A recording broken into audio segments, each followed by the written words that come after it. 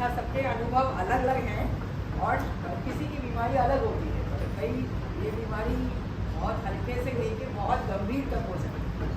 जैसे आपने देखा कि अभी वो छत्तीसगढ़ के ऐसा आए, उन्होंने बताया कितना इट्स नॉट ईजी। और इस बीमारी में पहला 1-2 साल ज़्यादा खराब हो जाता है क्योंकि उसी में नए अंग प्रभावित हो सकते हैं। तो उसमें आदमी को लगता है कि कितनी बड़ी मुसीबत हमारे ऊपर आ गई। और फिर एक बार जब बीमारी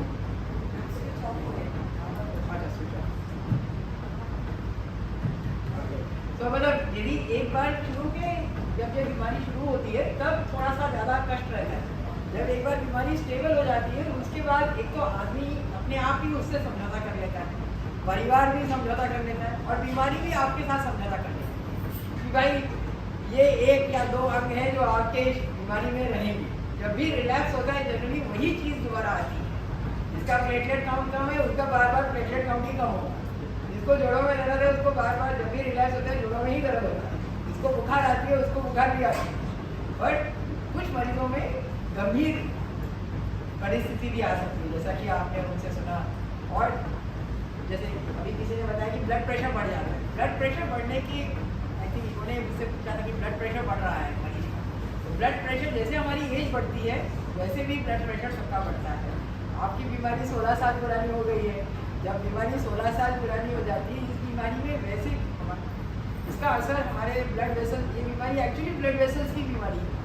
छोटी छोटी ब्लड वेसल इसमें अफेक्ट होती है और बड़ी ब्लड वेसल भी टाइम के साथ अफेक्ट हो सकती है। जिसको हम बोलते हैं कि आजकल हमारे देश में लाइफस्टाइल के कारण एथेरोस्क्लेरोसिस, हार्ट डिजीज जल्दी हो रहा है। तो इस बीमारी में वो चीज़ 10 से 15 साल पहले हो जाती है। तो ब्लड प्रेशर थोड़ा जल्दी हो सकता है कि आपको रेगुलर ब्लड प्रेशर ही हो पर वो थोड़ा जल्दी हो गया।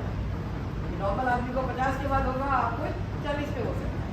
उसका इलाज करना है, ये नहीं सोचना है कि हमको बीपी कंट्रोल में नहीं रखना है। इस बीमारी में बीपी हमको लो नॉर्मल रखना है।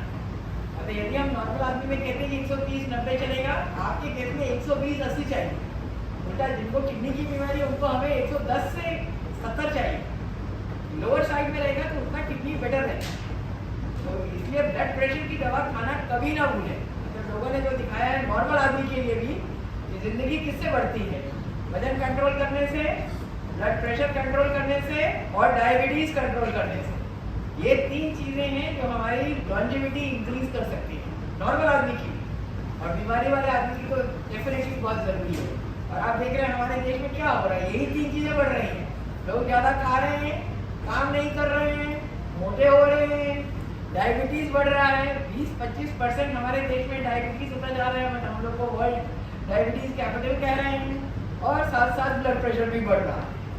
तो हम उस सबको अपने लाइफस्टाइल से ठीक कर सकते हैं। तो अभी हम लोग छोटा सा ब्रेक लेंगे, चाय और पकौड़े खाते हैं पहले, सब लोग चलकर आए हैं।